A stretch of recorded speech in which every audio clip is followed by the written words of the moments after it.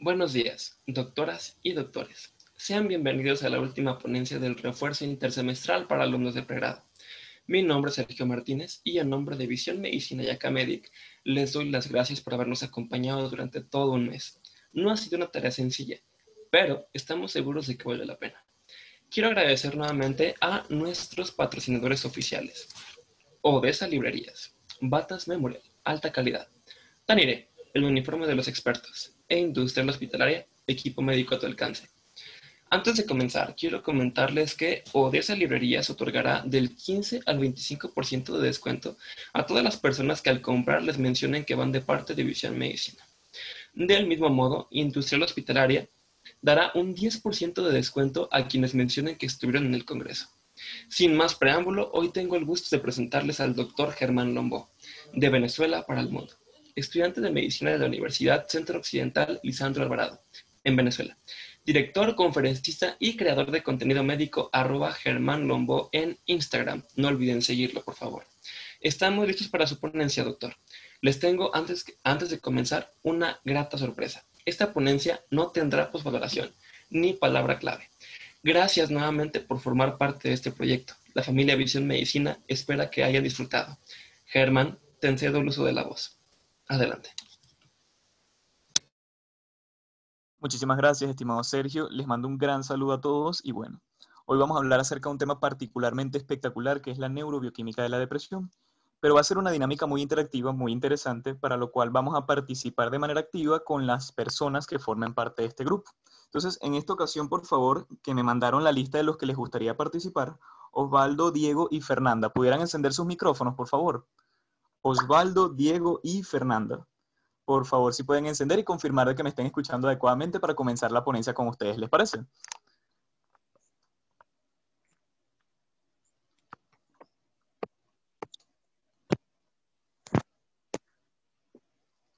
En su defecto, también Paulina Franco y Monse Hernández. Tiene la oportunidad, me escuchan adecuadamente. Fernando, un gran placer, ¿me escuchas? Paulina Sí, Franco, ¿me escuchan? Excelente, sí, chicas. doctor. Excelente, no se preocupen, sigo siendo un estudiante de medicina. Ahora sí bien, dentro de este contexto quiero que observen. Cuando nosotros hablamos acerca de la neurobioquímica, mantengan los micrófonos encendidos para que participemos. Yo quiero que ustedes comprendan que la depresión per se, todas y cada una de las características en realidad que nos representan y nos constituyen como personas, muchachos, puede ser descrito bioquímicamente y representado anatómicamente. Cuando nosotros hablamos acerca de la depresión, Paulina y Fernanda, podemos determinar una enfermedad heterogénea que se genera por la afección de múltiples neurotransmisores y múltiples sistemas biológicos.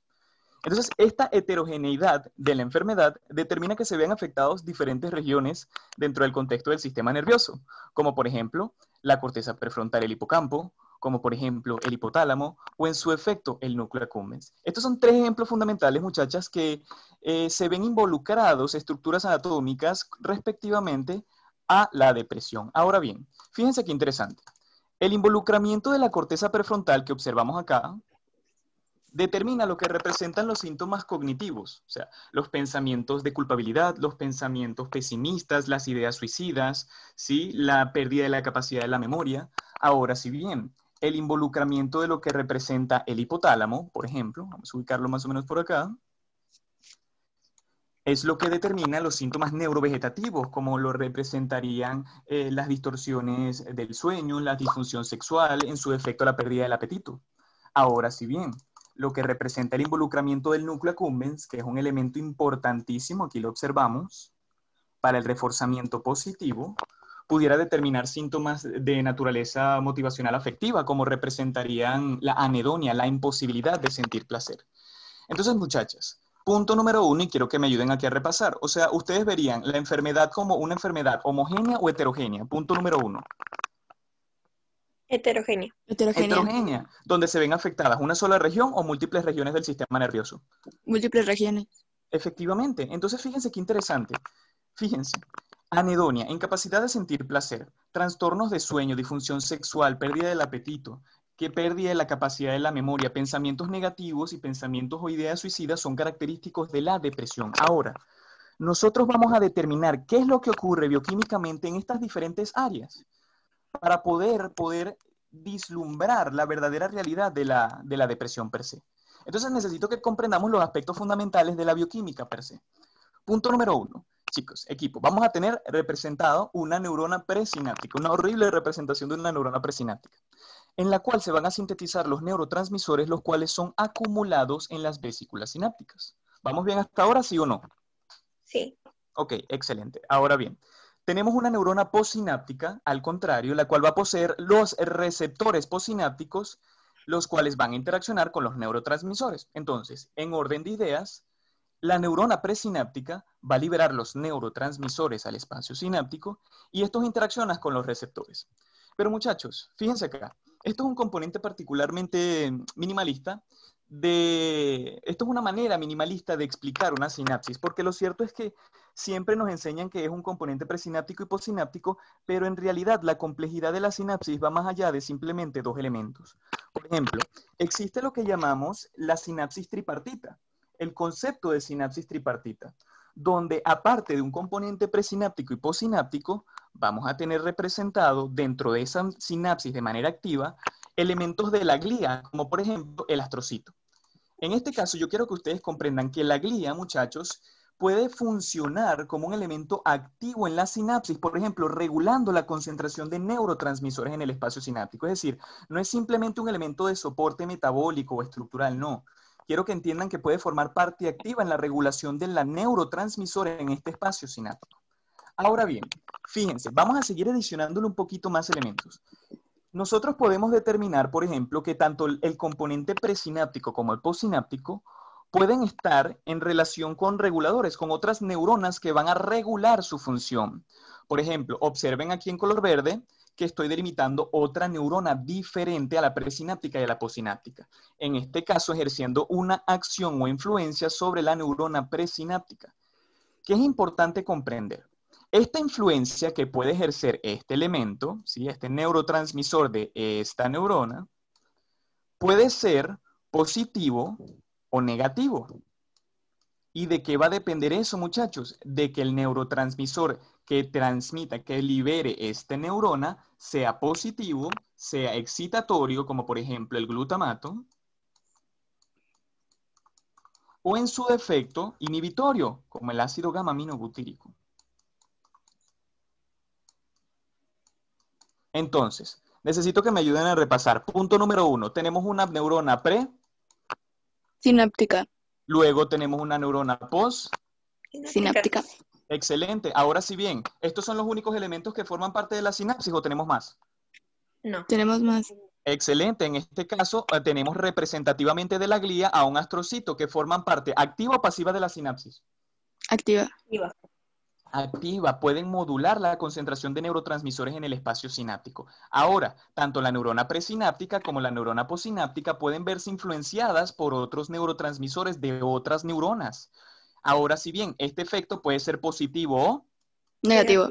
negativo, ¿y de qué va a depender? Del neurotransmisor que liberemos en esta neurona. Si comprendemos estos aspectos fundamentales, toda la clase va a ser muchísimo más sencilla. Ahora, vamos a estudiar 3 aspectos fundamentales de la neurona presináptica. ¿Les parece? Fíjense acá, punto número 1. Aquí, punto número 2 y acá, punto número 3. Entonces, punto número 1 van a corresponder. Si yo tengo un neurotransmisor que está siendo liberado por esta neurona, se supone que aquí tiene que haber ¿qué elemento, muchachos? Que lo reciba. Receptores. Un receptor. Ahora bien, fíjense acá. A estos receptores los vamos a denominar heteroreceptores. ¿A qué me refiero yo con un heteroreceptor? A un receptor, ¿sí? Que interacciona con un neurotransmisor diferente al de la neurona donde éste se encuentra. Observen que este está interaccionando y por eso coloco la diferenciación representativa de colores con un neurotransmisor diferente al de la neurona presináptica, al de la neurona donde se encuentra ese heteroreceptor. Ahora bien, quiero que comprendan que entonces ya sabemos que el efecto del heteroreceptor puede ser o positivo o negativo, dependiendo de qué neurotransmisor y qué tipo de receptor también esté siendo activado. Ahora. Tenemos otro concepto que va a ser autorreceptor. El autorreceptor, yo quiero que comprendan que al contrario del heteroreceptor, este autorreceptor es aquel receptor de la membrana presináptica que interacciona con el mismo neurotransmisor de la neurona que produce la neurona donde este receptor se encuentra. Observen acá que fíjense. Entonces, quiero que comprendan, los autorreceptores funcionan siempre ejerciendo una regulación negativa. Por favor, que no se les olvide. ¿Por qué? Véanlo de esta manera. Aumenta la concentración del neurotransmisor en el espacio sináptico y eso genera una activación de los autorreceptores, lo que va a producir una retroalimentación que dijimos va a ser ¿cómo? ¿Positiva o negativa? Negativa. Negativa. Entonces, ¿qué es lo que vamos a hacer? La neurona piensa, ok, si ya tenemos una cantidad suficiente de concentración de neurotransmisores en el espacio sináptico, ¿qué es lo que hago yo? Disminuir la liberación. Entonces, es un mecanismo de retroalimentación negativa. Ahora bien, por último, vamos a tener los recaptadores. Los recaptadores van a ser elementos que, como muy bien lo indica su nombre, van a permitir recaptar, van a permitir retornar los neurotransmisores desde el espacio sináptico hacia dentro de la neurona para su respectiva degradación. Entonces, el efecto que van a tener sobre la concentración acá va a ser negativo. Ellos van a disminuir, ¿sí?, la concentración de neurotransmisores en el espacio sináptico, devolviéndola a la neurona presináptica. Entonces, fíjense acá, 3 elementos que necesito que recordemos para entender toda la clase y van a ver que va a ser muy, muy interesante. Punto número 1, los heteroreceptores. ¿Interaccionan con los mismos neurotransmisores de la neurona o con neurotransmisores diferentes al de la neurona? ¿Dónde se encuentran? Diferente. Ahora, si bien, estos pueden tener un efecto tanto positivo como Negativo. excelente. Ahora, si bien, cuando nosotros hablamos acerca de los autorreceptores interaccionan con el mismo neurotransmisor que de la neurona presináptica, es decir, en la neurona donde se encuentran. Este siempre va a ejercer un efecto que va a ser ¿cómo? Negativo.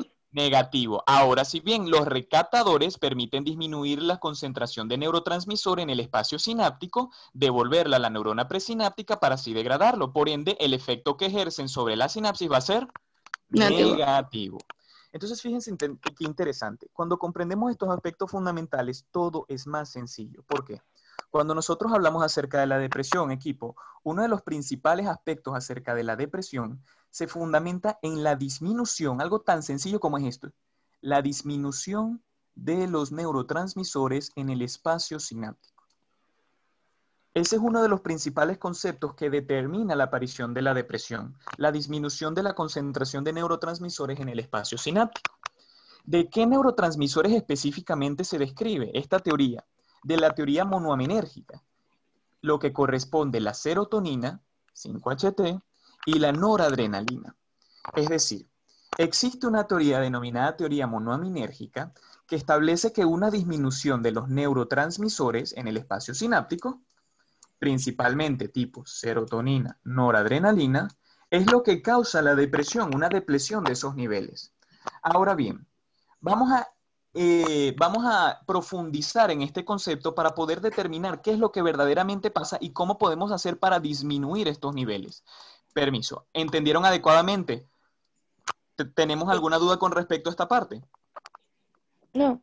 Ok, excelente. Entonces, fíjense, ahora sí bien, todavía falta por participar Monse, Saúl, Pepe. Si se animan y todavía si se encuentran acá, excelente, pueden encender sus micrófonos. Ahora, equipo, fíjense acá, participen todos los que tengan la oportunidad. Osvaldo, Diego, Fernanda, Monse, Saúl, Pepe, Paulina y, si mal no recuerdo, Edgar y Fernanda. Me habían mencionado también Dávila.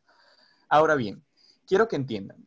Los principales centros productores de noradrenalina y de serotonina corresponden en noradrenalina el locus ceruleus y con respecto a la serotonina los diferentes núcleos de RAF a nivel del tronco encefálico.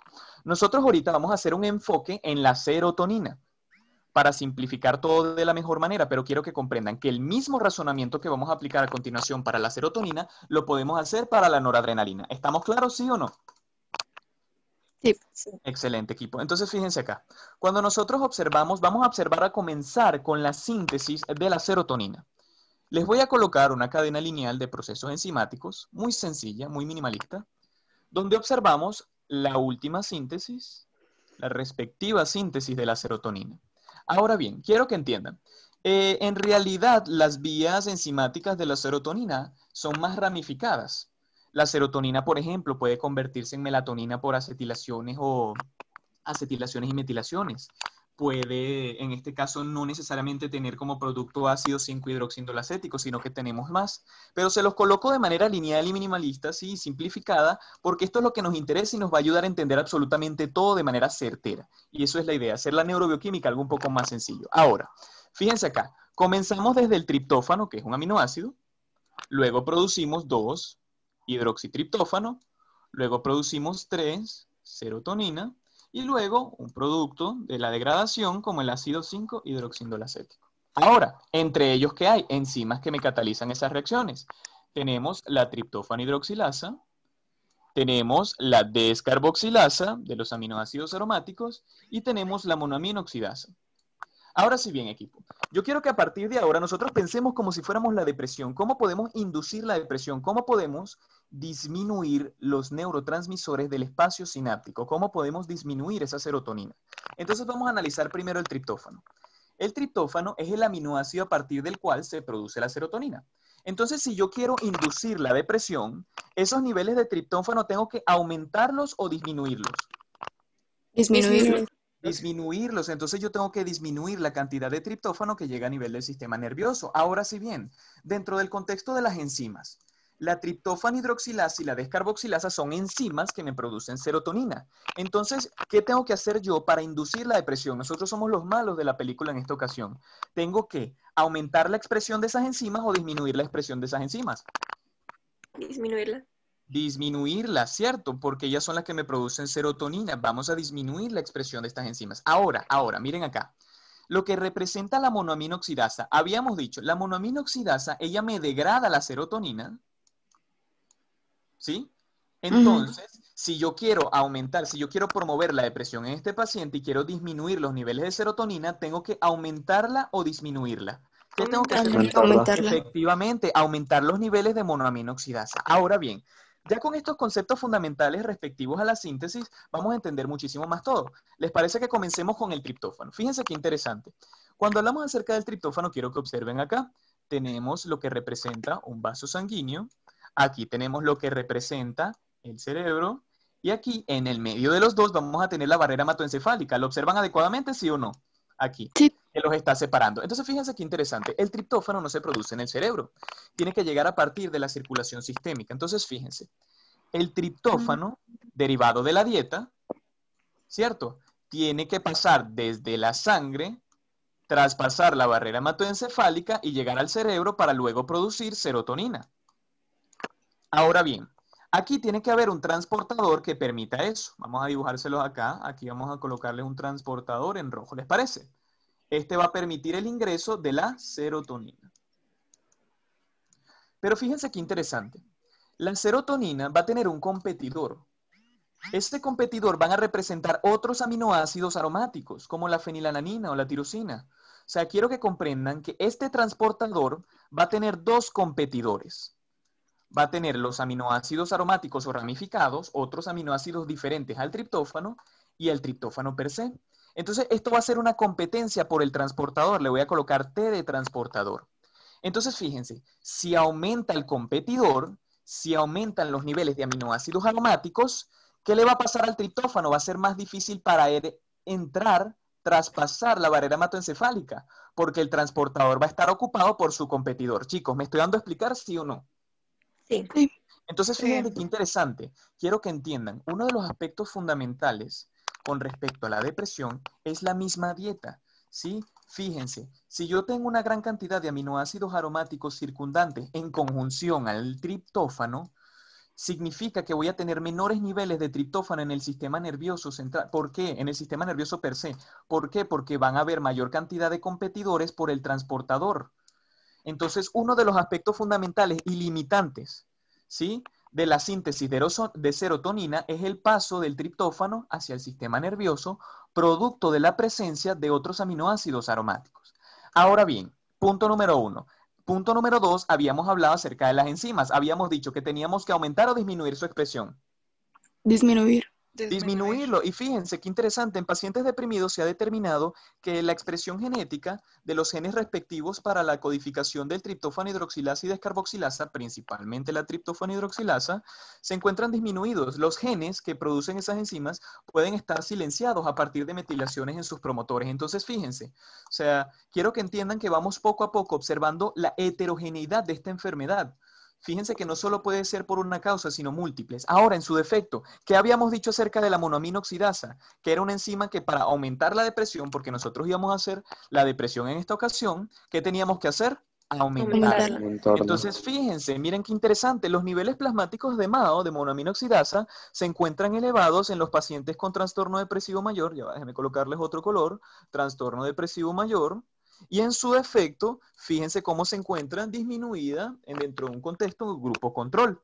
Entonces, fíjense qué interesante. Hemos analizado cómo podemos disminuir la concentración de neurotransmisor en el espacio sináptico a partir de la síntesis. Ahora, vamos a aplicar los conceptos que les acabo de enseñar. Punto número 1. Habíamos tenido una neurona que va a ser una neurona Sináptica. presináptica. 2, una neurona que va a ser post. Sináptica. Excelente, vamos a tener otros componentes como la glía, en este caso el representante vendría siendo un astrocito, una horrible representación de un astrocito, disculpen el arte, y ahora, en su defecto, neuronas reguladoras, muchachos. Entonces, fíjense qué interesante. Y habíamos dicho que teníamos heteroreceptores, autorreceptores, y estos señores que van a ser los Captadores. recaptadores. Ahora sí bien, nuevamente, les pido, nosotros íbamos a pensar como si fuéramos la depresión. ¿Cómo podemos hacer para que disminuyan los niveles de neurotransmisor aquí en el espacio sináptico en relación a los heteroreceptores? Ahora bien, fíjense acá. Habíamos dicho que la acción que ejercían los receptores, en los hetero específicamente, podía ser tanto positiva o negativa. ¿Y de qué iba a depender eso, equipo? Del neurotransmisor. Del neurotransmisor, lo que quiere decir que va a depender de qué neurotransmisor libere esta neurona. Ahora sí bien, si nosotros queremos inducir la depresión, en este caso disminuir los niveles de neurotransmisor acá, esta neurona tiene que ser una neurona con un neurotransmisor excitatorio o inhibitorio. Inhibitorio, como el Inhibitorio. Inhibitorio, ¿como GABA. cuál? Excelente, como el ácido gamma-aminobutírico. Entonces, fíjense, uno de los aspectos principales en algunos pacientes con depresión se basa no necesariamente en una problemática de la neurona presináptica y postsináptica, no, sino en un predominio de estímulos inhibitorios por parte de neuronas de esta naturaleza. Punto número 1. Ahora, punto número 2. Habíamos hablado de los recaptadores. ¿Cuál era la función de los recaptadores? ¿Quién me lo puede decir? Disminuir la concentración de neurotransmisores en el espacio sináptico. Excelente, es decir que el efecto sobre la neurotransmisión es negativo. Entonces, en cuanto a los números de recaptadores, si yo quiero aumentar nuevamente, nosotros somos los malos de la película, queremos disminuir los niveles de neurotransmisor acá. ¿Qué es lo que tenemos que hacer con respecto a los recaptadores? ¿Aumentar la expresión de recaptadores o disminuirla? Aumentar la recaptación. Aumentarla. Entonces, diferentes literaturas describen que pacientes con depresión pueden tener una sobreexpresión de recaptadores en la membrana presináptica, lo que disminuye la neurotransmisión. Ahora bien, fíjese qué interesante. Luego los autorreceptores. ¿Qué hacían los autorreceptores? ¿Quién me lo menciona? Actúan con el mismo. Se encargan de medir la concentración para hacer un efecto de retroalimentación negativa y disminuir Excelente. Y disminuir la retroalimentación. Entonces, si yo les pregunto, ¿qué es lo que tenemos que hacer nosotros como villanos de la película para inducir la depresión, la disminución de los neurotransmisores en el espacio sináptico con respecto a los autorreceptores? ¿Aumentar la expresión o disminuir la expresión?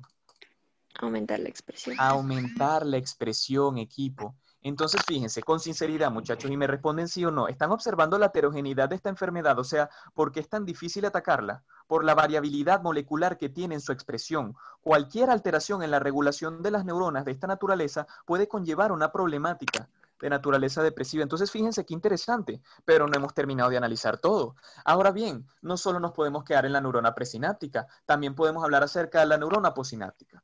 Fíjense, estos receptores se supone que interaccionan con los neurotransmisores, ¿verdadero o falso? Verdadero. Ok, entonces, se supone, ¿qué es lo que le puede pasar con respecto a estos receptores? ¿Qué podemos hacer para disminuir el efecto que ejerzan esos neurotransmisores? ¿Cómo podemos hacer con estos receptores? ¿Qué piensan que podemos hacerle a estos receptores en cuanto a números para yo promover la depresión? Disminuir la cantidad de receptores de la neurona posináptica. Excelente, disminuir la cantidad de receptores en la membrana posináptica. Existen pacientes que tienen una disminución de los receptores a nivel de la membrana posináptica, para lo cual, a pesar de que puedan tener niveles regulares del neurotransmisor acá, son incapaces de transducir la cantidad de señales adecuadas para promover cambios neurotróficos. Ahora bien, puede ser simplemente que este paciente tenga una expresión disminuida de receptores, pero hay otro fenómeno que no es una expresión disminuida de receptores per se, sino que al contrario. Quiero que entiendan este concepto también. A veces pasa que cuando aumentan los niveles del neurotransmisor en el espacio sináptico, la neurona posináptica disminuye los receptores como un mecanismo de retroalimentación. Es decir, la neurona posináptica piensa como si fuera un individuo. Dice, ok, hay mucha cantidad de neurotransmisor en el espacio sináptico, entonces, ¿qué voy a hacer yo para mantener un equilibrio? Disminuyo la cantidad de receptores en mi membrana. Entonces, ese mecanismo es lo que vamos a denominarlo como desensibilización. ¿Cómo se va a denominar, muchachos? Desensibilización. Cuando hay gran cantidad de neurotransmisores en el espacio sináptico, hay una disminución en la expresión de los receptores postsinápticos. Ahora bien, pero fíjense, la historia no se puede quedar acá, porque el hecho de solo pensar que aumentar los neurotransmisores en el espacio sináptico conlleva un cambio, no tiene lógica, ¿cierto? Tiene que haber algo más allá. Estos neurotransmisores que yo estoy acumulando acá tienen que tener un efecto. Es decir, estos tienen que interaccionar con sus receptores y promover algún efecto biológico, una cascada de señalización, algo. Porque la depresión no simplemente se puede basar en si aquí hay mucho o aquí hay poco, no. Entonces, fíjense qué interesante. El fin último de los neurotransmisores dentro de ese contexto es la producción de otros elementos, específicamente un factor neurotrófico, un factor de crecimiento que vamos a llamar BDNF. ¿Han escuchado de él de casualidad alguna vez? No. Factor, ok, fíjense, este es un factor de crecimiento que vamos a denominar factor neurotrófico derivado del cerebro, BDNF.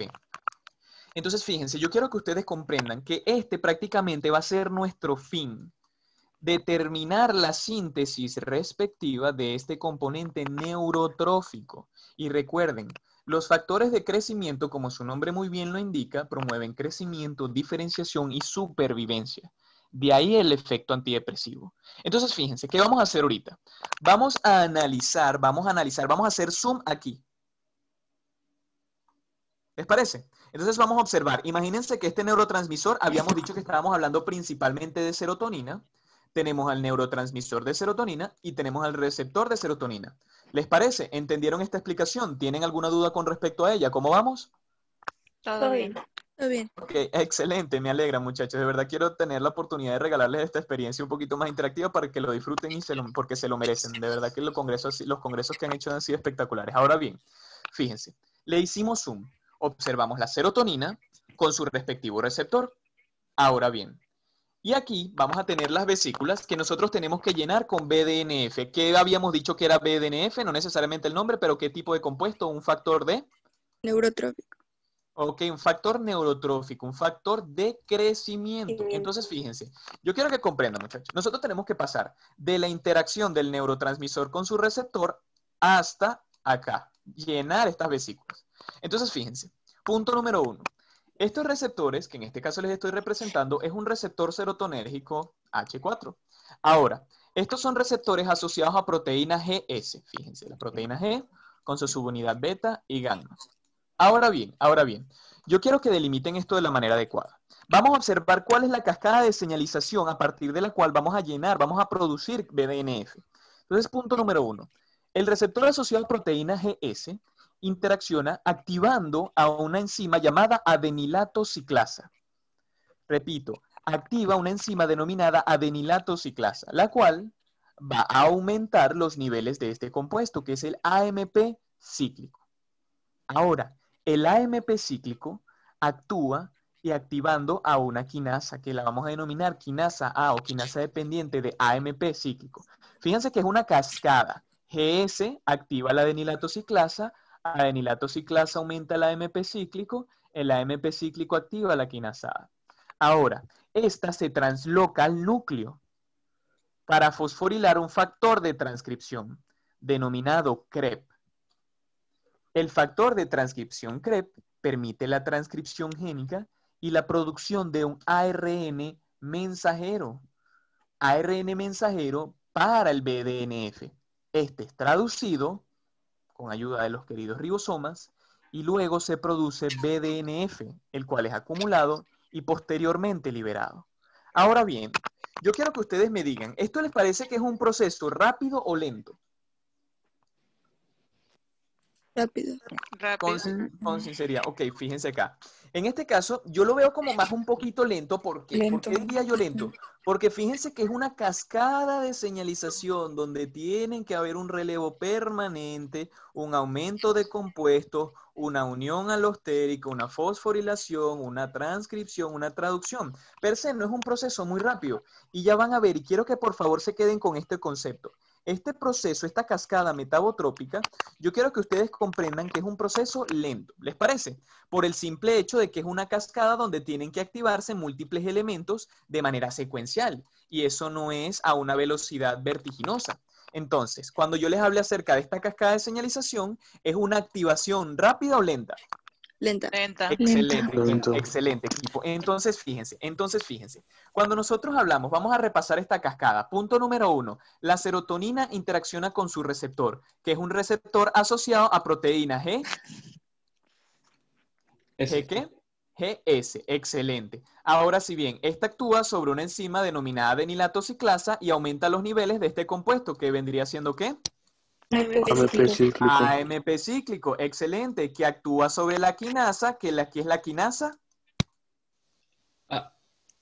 Excelente. Ahora bien, luego la quinasa A fosforila el factor de transcripción, que es un factor de transcripción que se llama CREP.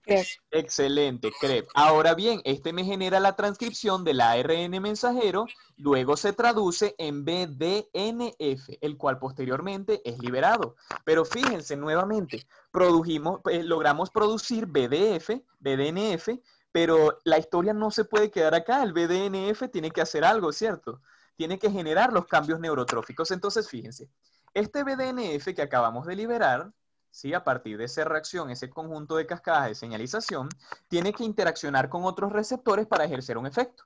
Entonces, ¿qué es lo que pasa? Él puede interaccionar con receptores en otras células, en otras neuronas, o en su efecto, receptores que se expresen en la misma neurona. Es decir, yo mismo expreso, libero mi propio BDNF y lo utilizo para mí mismo. Entonces, ¿les parece que analicemos qué es lo que pasa acá?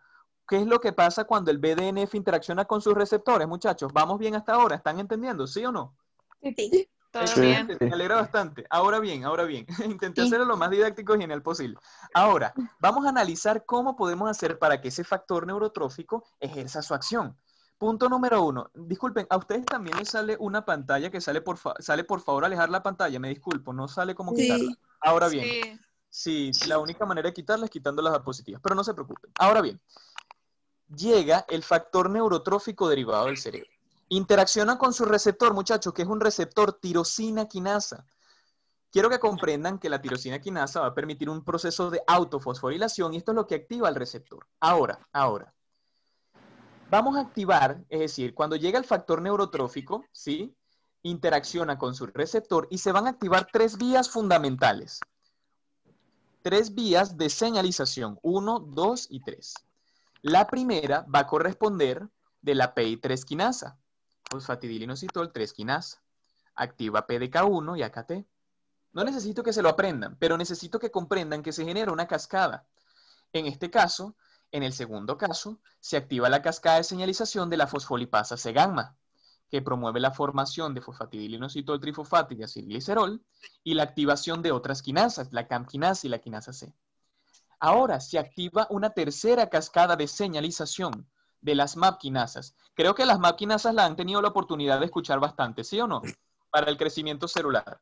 Entonces, fíjense, quiero que entiendan, punto número 1, el BDNF interacciona con su receptor, que es un receptor tirosina quinasa, y se activan, ¿cuántas vías de señalización? 3.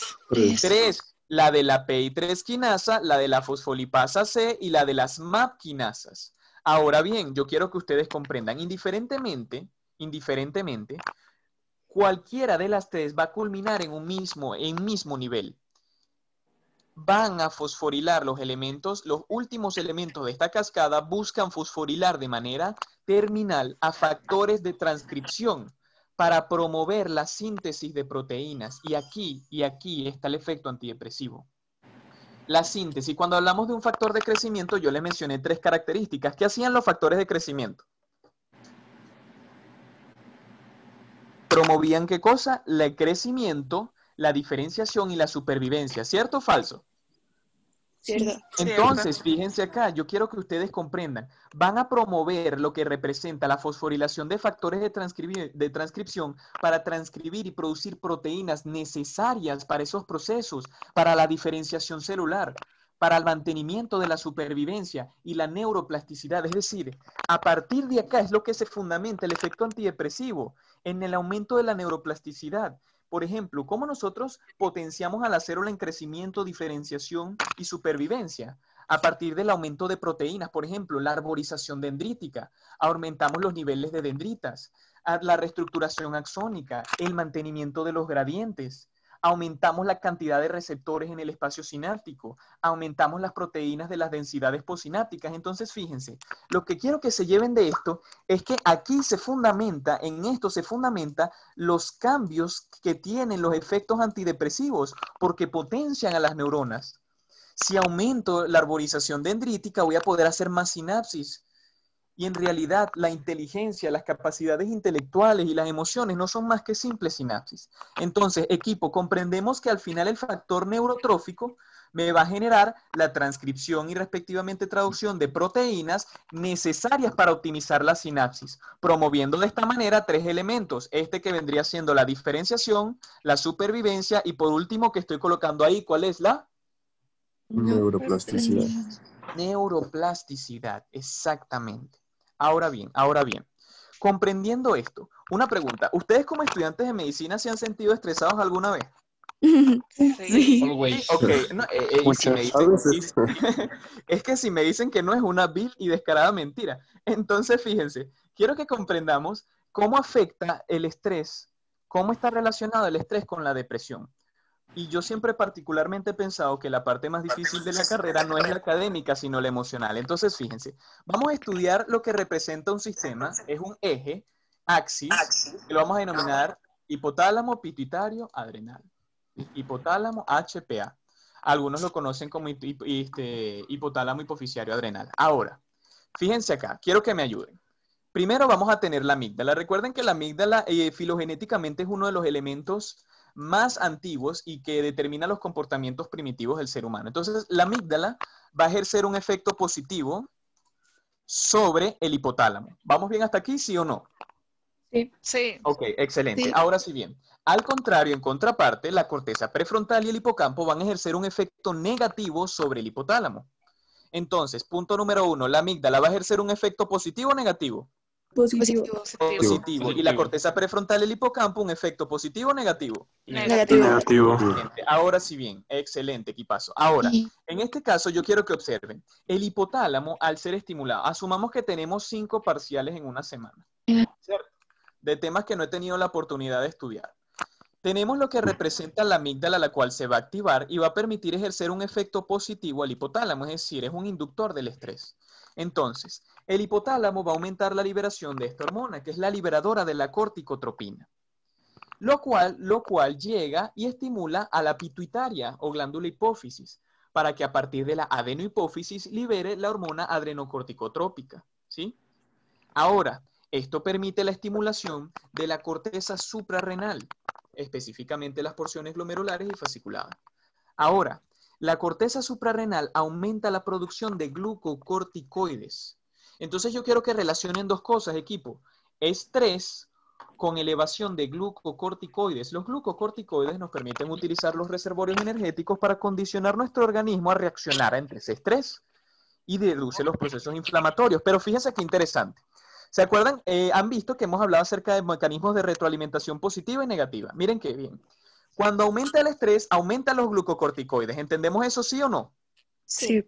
Excelente. Ahora bien, los glucocorticoides, fíjense acá, ellos pueden ejercer una retroalimentación para decir, ok, voy a disminuir mis niveles.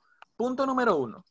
Pueden regular positivamente la corteza prefrontal y el hipocampo, lo que consecuentemente va a hacer que la corteza prefrontal y el hipocampo, ¿qué efecto tenían sobre el hipotálamo, habíamos dicho? Negativo. Negativo. Entonces ellos indirectamente van a disminuir la liberación de la hormona liberadora de la corticotropina por el hipotálamo. Entonces es un mecanismo de retroalimentación negativa indirecto. Ahora bien, ellos también pueden retroalimentar de manera directa con respecto al hipotálamo y a la pituitaria, es decir, simplemente inactivan al hipotálamo y a la pituitaria. Entonces son mecanismos de retroalimentación, ya sea indirecto o directo. ¿Estamos claros en estos conceptos, sí o no? Sí. Sí. Excelente. Ahora bien, pero fíjense qué interesante, y este es el punto que quiero que toquemos de la manera más bonita posible. Cuando nosotros hablamos acerca del estrés crónico, el estrés prolongado, ¿sí? El estrés que abarca grandes periodos de tiempo, existe una sobreestimulación de la amígdala y existe una gran cantidad de glucocorticoides. Ahora bien, yo quiero que ustedes entiendan, el estrés está relacionado con la atrofia de la corteza prefrontal y el hipocampo, es decir, que cuando nosotros tenemos un nivel de estrés elevado y en su defecto prolongado en cuestiones de tiempo, va a haber una atrofia de la corteza prefrontal y del hipocampo. Lo que quiere decir que va a disminuir la capacidad que tenga la corteza prefrontal y el hipocampo para poder inhibir al eje HPA. Entonces, fíjense acá, es decir, yo estoy inhibiendo con el estrés, inhibiendo al inhibidor. ¿Me estoy dando a explicar? ¿Por qué? ¿Qué es lo que pasa? El estrés prolongado conlleva a una atrofia a nivel de daños a nivel de la corteza prefrontal y el hipocampo, ¿sí? Vulnerabilidad neuronal en estas regiones. Entonces, ¿qué es lo que pasa? Ellas no van a ser capaces de inhibir al hipotálamo. Entonces les pregunto yo, si ellos no pueden inhibir al hipotálamo, ¿qué es lo que va a pasar con la producción de glucocorticoides? Va a estar descontrolada, va a aumentar porque llega el estrés y no hay nadie que me lo inhiba acá, sino que va a seguir aumentando y aumentan los glucocorticoides, lo que sigue aumentando el daño en el hipotálamo y la corteza prefrontal. Entonces, equipo, yo quiero que ustedes comprendan, o sea, ¿estamos entendiendo este concepto, sí o no? Punto número 1. Entonces, los niveles prolongados de estrés conllevan atrofias a nivel de la corteza y el Hipocampo. Hipocampo. Entonces, estos se van a ver incapacitados para poder inhibir ¿a quién? Al hipotálamo. Lo que quiere decir que ya no va a haber lo que quiere decir que no va a haber un equilibrio, sino que el estímulo de quién va a predominar, el estímulo de la amígdala. Quiere decir que en niveles de estrés prolongado, el eje hipotálamo, pituitaria, adrenal se va a encontrar descontrolado, lo que a su vez aumenta mayor cantidad de glucocorticoides, que a su vez genera un mayor daño. Entonces, fíjense lo importante que es saber gestionar el estrés de muchas maneras y cómo podemos determinarlo. Y ustedes me preguntarán, ¿pero cómo se produce atrofia y cómo se produce en la corteza prefrontal atrofia y en el hipocampo? Les pregunto yo, ¿cuál es el factor que me generaba el crecimiento, la diferenciación y la neuroplasticidad? ¿Cómo lo denominábamos? Factor neutro. BDNF, excelente, factor neurotrófico derivado del cerebro. Entonces, yo quiero que comprendan, la atrofia en el sistema nervioso se fundamenta en una disminución de ese factor. Entonces, yo quiero que observen por acá. Aquí delimitamos pacientes normales, sanos, ¿sí? Sanos, no decir normales no es correcto. Y tenemos pacientes con depresión. Observemos que los niveles de BDNF se encuentran reducidos en aquellos pacientes que presentan depresión. Y fíjense, el hipocampo, se los menciono acá y se los coloco en una imagen. Es una de las principales estructuras que determinan la memoria y en su efecto el comportamiento emocional a partir del sistema límbico. Entonces yo quiero que comprendan, pacientes con depresión tienen una disminución del volumen hipocampal, así como una atrofia a nivel de la corteza prefrontal, que son fundamentales para el razonamiento cognitivo. Ahora, vamos a relacionar los niveles de estrés en un paciente con estrés y en un paciente con tratamiento antidepresivo. En un paciente con estrés, ¿cómo deben estar los niveles de BDNF entonces? ¿Aumentados o disminuidos? Disminuido. Efectivamente, lo observamos. Ahora bien, lo que conlleva atrofia y muerte neuronal. Ahora, en un paciente con mecanismos antidepresivos, no necesariamente medicamentos per se, o sea, buena alimentación, ejercicio, etcétera, buenas relaciones psicosociales, ¿cómo estarán los niveles de BDNF? Elevados. Aumentados. Lo que quiere decir que va a haber mayor plasticidad y supervivencia. Ahora, el hecho de estar contentos puede promover mejor sinapsis dentro del contexto neuronal. Ahora, fíjense qué interesante, muchachos. Ustedes han escuchado acerca de los medicamentos antidepresivos, como por ejemplo, tenemos 3 tipos principales, ¿sí? Los inhibidores de la MAO, que es la enzima que degrada la serotonina.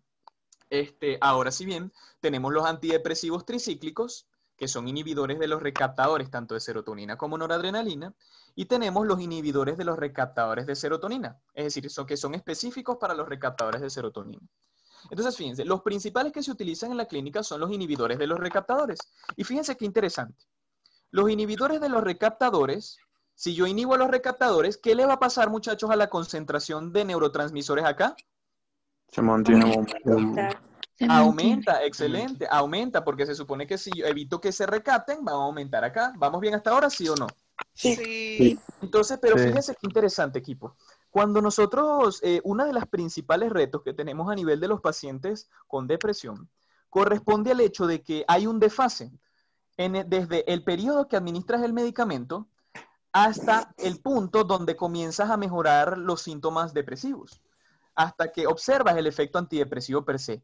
Ese periodo entre esos 2 puntos, desde que administro el medicamento hasta que se mejoran los síntomas, puede abarcar desde 4 hasta 5 semanas. Y ustedes, y yo quiero que analicemos, muchachos, por qué piensan que ocurre ese desfase. O sea, ¿por qué si yo administro el medicamento hoy dura 3 hasta 5 semanas en ejercer un efecto? Entonces, fíjense, vamos a analizar por qué puede ocurrir ese desfase, porque se supone que si yo administro recaptadores, por ejemplo, los inhibidores los inhibidores de los recaptadores de la serotonina, se supone que debe aumentar la cantidad de neurotransmisores acá y ya el problema debería estar arreglado. Ahora, vamos a analizar 3 elementos. Uno. ¿Qué habíamos dicho? Yo les había dicho un fenómeno, equipo, que tenía relación con los receptores posinápticos, que cuando aumentaba los neurotransmisores en el espacio sináptico, ¿qué le pasaba a estos receptores, equipo? Disminuir su expresión. Disminuía su expresión. ¿Y quién se acuerda cómo se llama ese término?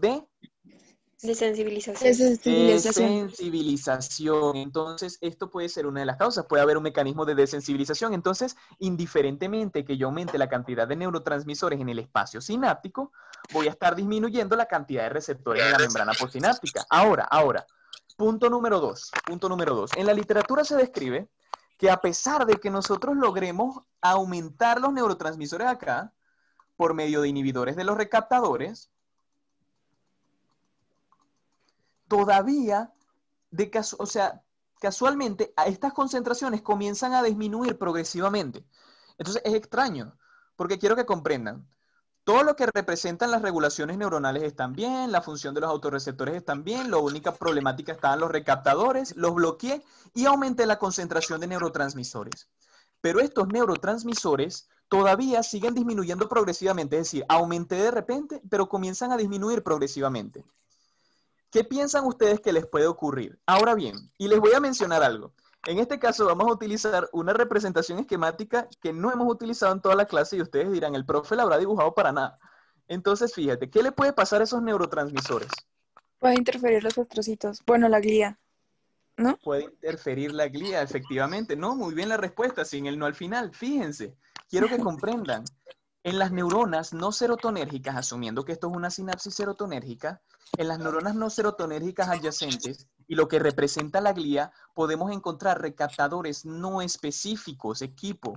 Recaptadores que no son específicos para la serotonina, pero pueden ingresar serotonina. Entonces, ¿qué es lo que pasa? A pesar de que nosotros ejercimos una inhibición sobre los recaptadores específicos de la serotonina, van a encontrarse otros recaptadores que son ¿cómo? No específicos. Excelente, que los vamos a encontrar tanto en la glía como en las neuronas no serotonérgicas, lo que va a disminuir respectivamente nuevamente la concentración de neurotransmisores. Ahora sí bien, punto número 3, fíjense qué interesante y cómo lo han razonado todo. O sea, han comprendido los aspectos fundamentales de la neurobioquímica a partir del ejemplo de la depresión. Fíjense que es muy sencillo y muy interesante. Ahora, ¿qué habíamos dicho nosotros? Que nuestro fin último se fundamentaba. Ya vimos un ejemplo, desensibilización. Otro, presencia de recaptadores no específicos. Ahora bien, punto número 3, yo quiero que ustedes me ayuden a repasar acá. Esta vía la habíamos dicho que era para la producción ¿de quién? BDNF. Factor neurotransmisor al cerebro. Excelente. Entonces, fíjense. Ahora bien, nosotros habíamos dicho que esta cascada de señalización, y les dije que no se les olvidara, ¿era rápida o lenta? Lenta. Lenta. Pero fíjense, yo puedo generar una vía diferente que puede ser rápida. Es decir, que yo puedo tener una vía diferente a esta, a partir de la cual puedo producir BDNF de manera más rápida. Y es la vía de los receptores AMPA y los receptores NMDA. ¿Han escuchado acerca de ellos, cierto? Sí. Ok, Sí. los receptores AMPA conllevan a una despolarización previa a partir de sodio que activan a los receptores NMDA. Estos conllevan a la entrada de calcio, activan una quinasa que es la CAM quinasa y promueve lo mismo, la fosforilación de factores de transcripción para la producción de BDNF. Pero yo quiero que comprendan que esto es un mecanismo ionotrópico, esto es un mecanismo mediado por canales iónicos a una velocidad vertiginosa. Esto es una vía rápida para la producción de BDNF y esto, equipo, es una vía lenta para la producción de BDNF. Entonces, una de las razones por las cuales también ocurre ese desfase cuando yo administro el medicamento y cuando comienzan a aparecer o desaparecer en realidad las problemáticas depresivas, es porque nosotros tenemos la formación del BDNF es lenta. O sea, y si lo ven por lógica, ustedes piensan que la arborización dendrítica, la reestructuración axónica, la síntesis de nueva proteína se da de un solo golpe. No, no puede ser así. Entonces, esa es otra clase, esa es otra de las problemáticas, el tercer elemento que determina ese desfase. Ahora, nosotros podemos mejorar ese desfase, fíjense con lo que les acabo de explicar, potenciando la vía de los receptores. ¿Qué receptores estamos hablando acá? Los AMPA y NMDA y AMPA. Y NMDA. ¿Y esos son los receptores de qué neurotransmisor? ¿Quién se acuerda de casualidad? Del glutamato, ¿sí? Entonces, fíjense, quiero que entiendan. Nosotros podemos potenciar la sinapsis glutaminérgica, lo que conlleva a una vía rápida para la producción de nuestro factor que se llama como BDNF. Entonces, potenciando la sinapsis glutaminérgica podemos producir BDNF de manera más rápida y luchar contra ese desfase que existe. Entonces, ¿cómo nosotros podemos potenciar la sinapsis glutaminérgica? Múltiples estudios han establecido que la ketamina es un medicamento que puede ser el futuro del tratamiento antidepresivo. Muchachos, quiero que comprendan. Entendemos punto número 1. Vamos a hacer un repaso antes de ir a la ketamina para que todos vayamos en conjunción. Punto número 1. Nosotros tenemos que normalmente los principales inhibidores son los inhibidores de los recaptadores. Ahora, si bien estos aumentan la concentración, pero hay problemáticas que me generan un desfase. La primera problemática con respecto a los receptores postsinápticos, ¿cuál era, equipo? Había una Desensibilización. desensibilización. En segunda instancia, hay la presencia de recaptadores que son recaptadores, ¿no?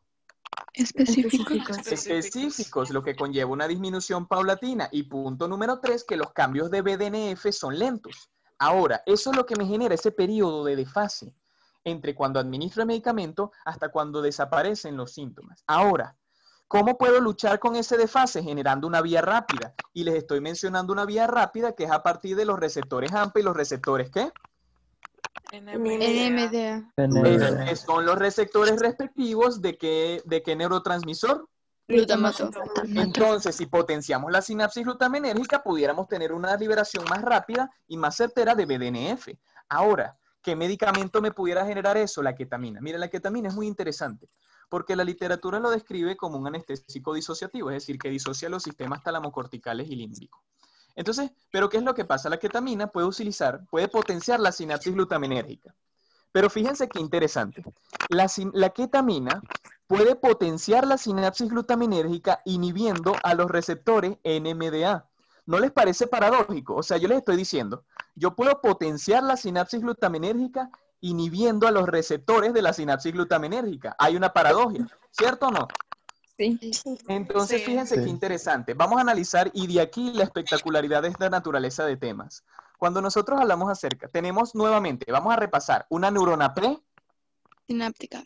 y una neurona Sináptica. En este caso estamos hablando de una sinapsis glutaminérgica. Enérgica. Enérgica. Excelente. Ahora sí bien. Disculpen, creo que aquí se me pasó la N. Ahora bien, quiero que comprendan. Vamos a tener neuronas reguladoras, en este caso una interneurona tipo GABA. Ahora. ¿Cómo la ketamina puede potenciar la sinapsis glutaminérgica inhibiendo los receptores NMDA?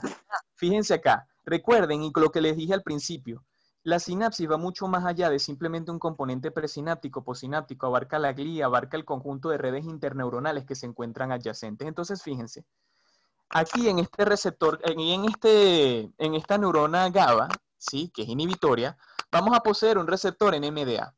Es decir, que este receptor es NMDA, activa la neurona GABA, ¿cierto? Si aquí llega glutamato, ¿qué le va a pasar a esta neurona? Se va a activar, ¿cierto?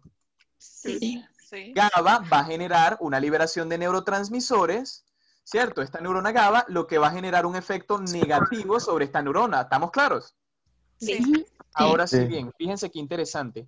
La ketamina puede funcionar como un mecanismo de desinhibición. Ella actúa sobre los receptores NMDA de las neuronas inhibitorias. Es decir, que él evita la inhibición de GABA. Si yo evito la inhibición de GABA, ¿qué es lo que va a pasar a la sinapsis glutaminérgica? Va a aumentar la liberación de los neurotransmisores y de esta manera la ketamina, a pesar de que sea un inhibidor de NMDA, puede potenciar la sinapsis glutaminérgica. Entonces, fíjense, la historia no se queda acá. AMPA reacciona, activa a NMDA y promueve la liberación, la producción de BDNF. Luego, el BDNF, ¿qué le pasaba? Este tenía que ser, ¿qué?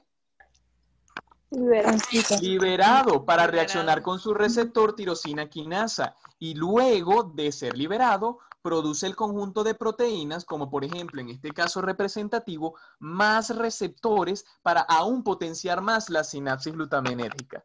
Y esta es la razón por la cual, muchachos, la ketamina es observada como uno de los principales elementos para el tratamiento antidepresivo al futuro. ¿Por qué? Porque estamos produciendo el mismo efecto neurotrófico, que se acuerdan que yo les dije que duraba un periodo de cuánto más o menos, ese desfase de cuánto era. 5 semanas. Excelente. Esto genera mejoría de los síntomas en horas. Entonces, fíjense la importancia de reconocer medicamentos de esta naturaleza. Ahora, este no es el único medicamento, este no es el único mecanismo. Este medicamento también actúa sobre receptores extrasinápticos, receptores de activación espontánea, pero fíjense que a partir de este conocimiento y determinando la neurobioquímica y la naturaleza del medicamento y de todas las vías bioquímicas que acabamos de estudiar, podemos luchar en un futuro contra la depresión, muchachos. Entonces, punto número 1, la ketamina. La ketamina actúa sobre los receptores NMDA, pero principalmente de interneuronas, ¿inhibitorias o excitatorias? Inhibitorias. Inhibitorias, lo que quiere decir que él inhibe al inhibidor. Esto lo denominamos como desinhibición. Esto quiere decir que esta neurona va a estar libre, por ende va a ejercer un efecto ¿qué? Positivo, lo que va a aumentar los neurotransmisores, aumentar la producción de BDNF y aumentar aún más la potenciación sináptica. Muchachos, esta ha sido la ponencia de hoy. Espero que les haya gustado.